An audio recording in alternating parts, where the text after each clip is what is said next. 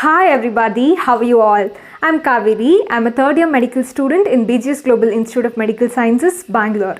As you might have seen in the title, the video is about how to read big books and how to retain all the information better. Now, since I am a medical student, I ought to read a lot of big books, and I am not a fan of big books actually, but there's no go, I have to read. So I tried implementing certain ways in which I could read, and some of them have helped me really well. So in this video, I thought I'll share those methods with you all, and I think it will be able to help you read and remember bigger books better. And do watch the video till the end, because as I go through, I'll be giving you a challenge. I'm really very excited for this challenge. I'll also be taking this challenge along with all of you. The first important point for everyone is to set a realistic goal. You should know how much time you can devote to reading that book, and the time frame can be anywhere between a year or a month. If you have just started your year, you'll have an entire year to study that book, or it can be just days for few people. So the important thing here is for you to set the time that you can devote to reading that book. Okay, so if you plan something like, okay, I'll be finishing one big book in, like 4 days, it is not possible. If you think that you'll be reading 100 pages of a book in a day, it seems very unrealistic. You'll just finish reading like 20 to 30 pages, and because you haven't finished even half of what you have thought, you'll just get demotivated and you will just stop reading. So the important thing here is to set realistic goals. If your goals are very small, like let it be 20 to 30 pages, you will be able to finish it, and because you've finished, it will motivate you to keep going. So the ultimate aim here is for you to keep going no matter what. There are some days in your life when you will have some other work which are more important, so you will have to attend to those, and you cannot go according to your planned schedule. It is completely okay. See, the important thing is just to keep going. If you have not studied for a day, it is completely okay. The next day, you just push yourself a little more so that you can complete whatever was left behind. The second point for everyone is to categorize the topics and subtopics. You can always categorize the topics into what are more important, what are less important, what takes a lot of time, what doesn't take a lot of time, all this which are hard, all this which are easy. This way you can put in some qualitative studying. Once you know that a topic is very hard, you can devote little extra time for that topic. And once you know that the topic is very easy, you can just give a blind reading because it is easy and you can easily remember it. And once you know how much time you have to devote to each, then you can plan your schedule effectively in this regard. So it is very important for you to categorize and go according to your plan. Now basically there are 4 sets of students. The first is who read everything. They just read everything like it's a newspaper. The second is who categorize things into important and less important, and then but still they read everything. And one more category is they categorize, read only important things and don't read the other things. And one more category of people like me, we just categorize, give a lot of time and importance when we're reading the important stuff, and then we read the other things, but we don't actually focus on it. Like I use phone and read, I watch TV and read. Yeah, there's one more category actually who don't read at all. I think if you fall into the third or fourth category where you categorize and then accordingly study, it is really good for you. The next point is for you to read the chapter outline. I have told about reading chapter outlines n number of times, and I will continue to talk about chapter outline until or unless I know that people are actually following it and are benefited by it. Okay, so see, reading chapter outline is like an active recall. You know the outline, you just try and think and try to put in what information you read in that regard. This way it will be an active recall. You just pull information out of your brain, and thus you become more and more stronger in your concepts. That's why reading chapter outline is very important, because you know the continuity and you will be able to remember things better. The fourth point is to take notes.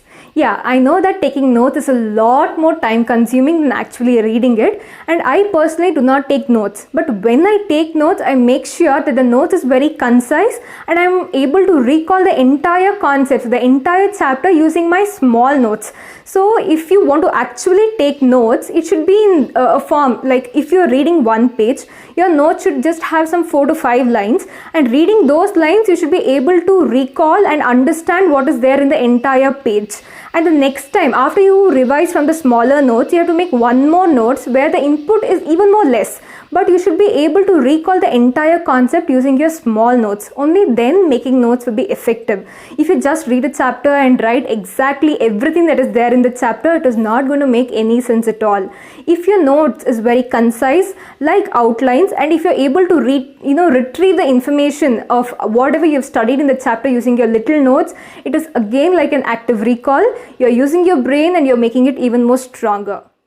The last part of the video is about how to remember and retain information for a longer time. See, a lot of people read, but actually a very little proportion of the people can actually remember and retain information for a longer period of time. Have you ever wondered why it is so? It is just because they put in a lot of time revising. They revise and make their concepts stronger.